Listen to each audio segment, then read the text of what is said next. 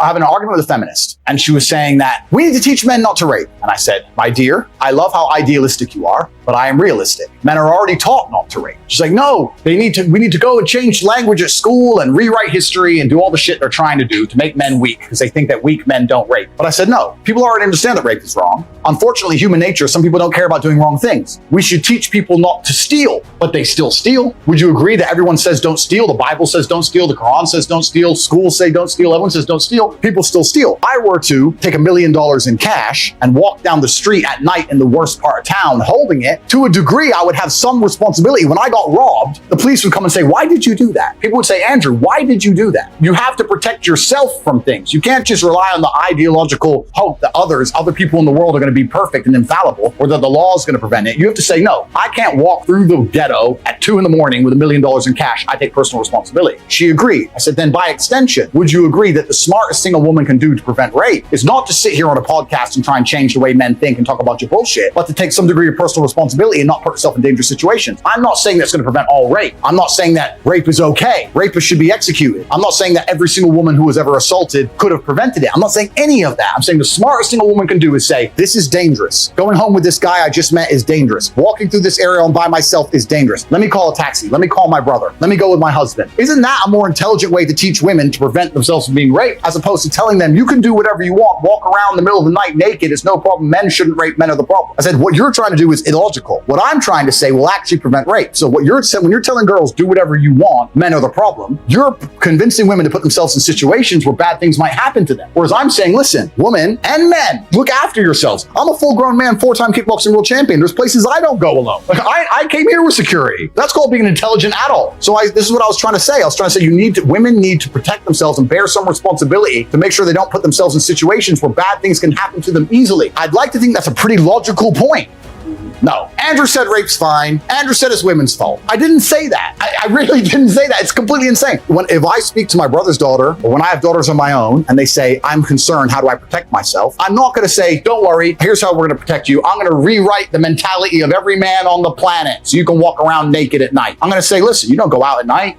I'll come pick you up. Who are you going with? That's just intelligent adult think. But they've taken it, misconstrued it, taken it completely out of context, put it on TikTok, supported it, Media Machine picked it up, lied about me, deleted me so I can't defend myself, and now I'm dangerous to the world. It's a fucking scam, all a scam. And it's actually quite interesting because the people who are close to me have said to me in real time, Andrew, you've impressed us. I said, how? He goes, the hit piece they've done on you is unprecedented in the world, and you seem unfazed. It's like, it's not a matter of being unfazed, it's slightly annoying. It's a matter of just analyzing, what I can actually do about it. But I think most people who had been through the shit I've been through right now would be genuinely upset and affected by it. I don't give a fuck, right? Because I've set my life up in a way that I know I'm okay. But not many people can handle the entire world saying you're a fucking rape apologist and we're going to delete him from the entire world, he's dangerous to women. Not many people are going to want that to happen to them. So what they've done is genuinely criminal, because this is bullshit. I was sticking up for women against feminists saying don't tell women to go out and not going to get hurt. It's absolutely insane. And like you correctly identified earlier, if someone were to hurt a female member of my family, it'd be the biggest mistake they ever fucking made. So I don't care about, I'm the worst enemy a man who hurts a woman could be.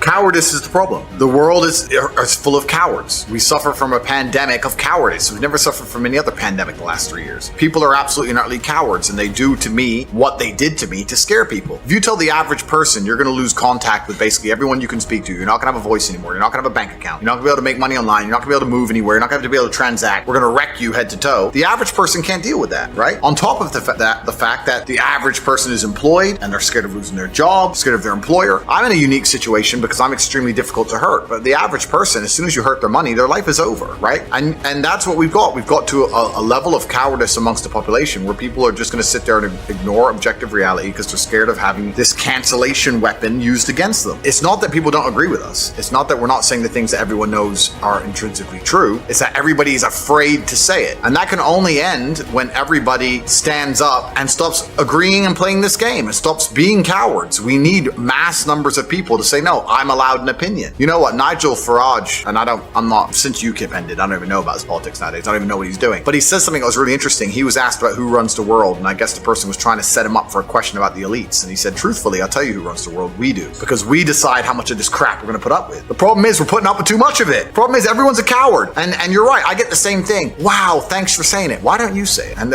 everyone is just terrified. It really is truly crazy because fear has always been the control mechanism of man. The worst things that have ever happened in any society or any civilization since the dawn of fucking records has been done under the name of fear. Get the population afraid. What did Goebbels say? The propaganda minister of the Third Reich. Once people are afraid, give them a common enemy. They'll do anything you want. The Nazis knew this. Everyone knows this, right? So it's a basic playbook, but I think it's also a larger issue. I think that things like making sure people are semi-depressed, making sure people are divided, making sure people are selfish, making sure people are self-obsessed. They're trying to destroy people's will to stand up and care about anyone other themselves. And once you do that, coupling with the fact that if you start to care about others and genuinely care about the world, you'll ruin your own life. It just makes people shut up.